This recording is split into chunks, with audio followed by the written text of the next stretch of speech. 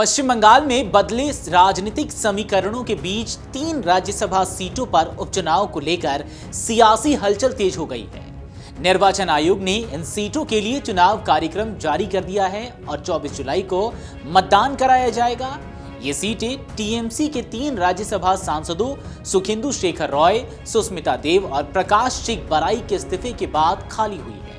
अब सबसे बड़ा सवाल यह है कि बीजेपी इन सीटों पर टीएमसी छोड़ चुके नेताओं को उम्मीदवार बनाएंगी या फिर नए चेहरों पर दांव लगाएगी। दरअसल पश्चिम बंगाल की सत्ता में बदलाव के बाद टीएमसी के 3 राज्यसभा सांसदों ने इस्तीफा दे दिया था। सुखेंदु शेखर रॉय, सुष्मिता देव और प्रकाश सिंह बराई ने न केवल राज्यसभा सदस्यता छोड़ी बल्कि टीएमसी से भी दूरी बना ली। उनके इस्तीफे के बाद तीनों सीटें रिक्त हो गईं और अब इनके लिए उपचुनाव कराया जा रहा है। चुनाव आयोग द्वारा जारी कार्यक्रम के अनुसार नामांकन दाखिल करने की प्रक्रिया शुरू हो चुकी है। 14 जुलाई तक उम्मीदवार अपना नामांकन पत्र दाखिल कर सकेंगे। 15 जुलाई को नामांकन पत्रों की जांच होगी और 17 जुलाई तक नाम वापस लेने की अनुमति रहेगी। यदि उम्मीदवारों की संख्या सीटों से अधिक रहती है तो 24 जुलाई को सुबह 9 बजे से शाम 4 बजे तक मतदान कराया जाएगा और उसी दिन शाम 5 बजे के बाद परिणाम घोषित किए जाएंगे। इन तीनों राज्यसभा सीटों का शेष कार्यकाल अलग अलग है। सुखेंदु शेखर रॉय और प्रकाश सिंह बराई की सीटों का कार्यकाल 18 अगस्त 2029 तक था, जबकि सुष्मिता देव की सीट का कार्यकाल 2 अप्रैल 2030 तक था। इसी कारण 2 सीटों के लिए एक साथ मतदान होगा, जबकि एक सीट के लिए अलग से मतदान की प्रक्रिया पूरी की जाएगी। दरअसल पश्चिम बंगाल विधानसभा में मौजूदा संख्या बल को देखते हुए बीजेपी इन तीनों सीटों पर मजबूत स्थिति में दिखाई दे रही है।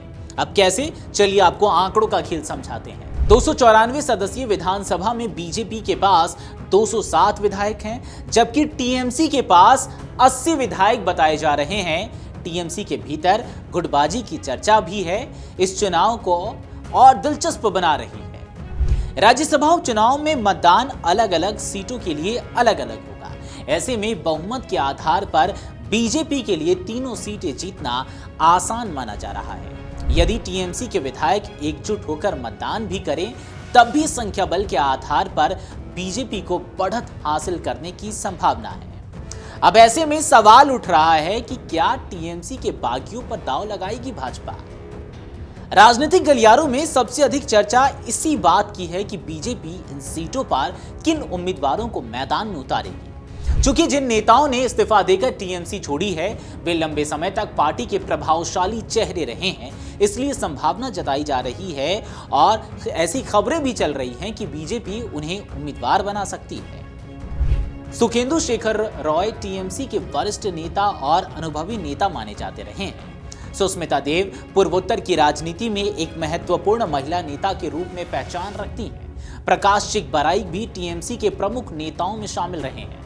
हालांकि इन तीनों नेताओं ने अभी तक आधिकारिक रूप से बीजेपी की सदस्यता ग्रहण तो नहीं की है, लेकिन उनके नाम संभावित उम्मीदवारों की सूची में चर्चा में है और ऐसी तमाम खबरें भी चल रही है। खबरों की माने तो बीजेपी सुखेंदु शेखर रॉय और प्रकाश सिंह बराई को उम्मीदवार बनाने पर विचार कर सकती है। वहीं सुष्मिता देव को राज्यसभा के बजाय भविष्य में असम से लोकसभा उपचुनाव में मौका दिए जाने की संभावना जताई जा रही है। अब कुछ नए चेहरे भी हैं जिनको मौका मिल सकता है, चलिए आपको बताते हैं। दरअसल बीजेपी के भीतर एक धड़ा यह भी मानता है कि विधानसभा चुनाव में मिली बड़ी जीत के बाद पार्टी को अब बाहरी या हाल में शामिल हुए नेताओं पर निर्भर रहने की आवश्यकता नहीं है। पार्टी संगठन में लंबे समय से काम कर रहे स्थानीय नेताओं को अवसर देने की मांग भी उठ रही है। सूत्रों के मुताबिक बीजेपी और आरएसएस नेतृत्व इस बात पर विचार कर रहे हैं कि जिन नेताओं ने कठिन राजनीतिक परिस्थितियों में पश्चिम बंगाल में पार्टी संगठन को मजबूत किया, उन्हें राज्यसभा के माध्यम से सम्मानित किया जाए। पार्टी उत्तर बंगाल से किसी मजबूत राजवंशी या फिर आदिवासी चेहरे को मौका दे सकती है, जबकि दक्षिण बंगाल से मथुआ समुदाय या संगठनात्मक पृष्ठभूमि वाले किसी नेता को उम्मीदवार बनाया जा सकता है। और अगर इन तीनों सीटों पर भाजपा जीत जाती है तो राज्यसभा में भाजपा की ताकत बढ़ जाएगी। जी हाँ, यदि बीजेपी पश्चिम बंगाल की ये तीनों सीटें जीत लेती है तो राज्यसभा में उसकी संख्या और बढ़ जाएगी। वर्तमान आंकड़ों के अनुसार बीजेपी का आंकड़ा 117 तक पहुंच सकता है, जबकि एनडीए की कुल संख्या लगभग 145 हो सकती है। राज्यसभा में 2/3 बहुमत के लिए 245 सदस्यीय सदन में 162 सांसदों का समर्थन आवश्यक होता है। ऐसे में एनडीए को अभी भी अतिरिक्त समर्थन की आवश्यकता रहेगी।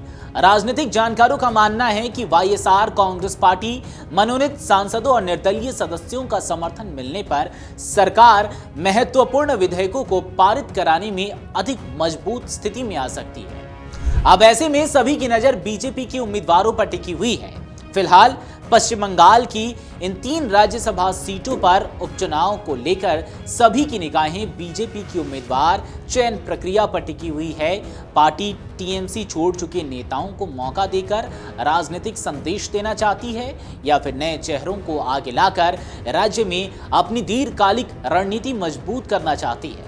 यह जल्द साफ हो जाएगा। 24 जुलाई को होने वाला मतदान और उसके नतीजे पश्चिम बंगाल की राजनीति के साथ साथ राष्ट्रीय राजनीति में भी महत्वपूर्ण संकेत देने वाले माने जा रहे हैं। इस बीच नजर होगी ऋतव्रत बैनर्जी पर और ममता बनर्जी पर भी कि क्या इस राज्यसभा चुनाव में दोनों साथ मिलकर चुनाव लड़ते हैं या फिर जिस तरीके से गुटबाजी चल रही है या फिर टूट की संभावना चल रही है टीएमसी के अंदर, वो राज्यसभा चुनाव में भी देखने को मिलेगा, जिसका सीधा फायदा भारतीय जनता पार्टी को हो सकता है और उसके उम्मीदवार को हो सकता है।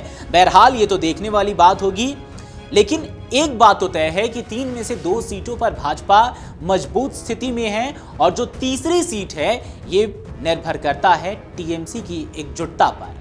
आने वाला वक्त बताएगा कि क्या 3 की 3 सीटें भाजपा के खेमे में जाएगी या फिर टीएमसी अपनी एकजुटता का प्रमाण वहां पर देगी। आपको क्या लगता है कमेंट सेक्शन में जरूर बताएं।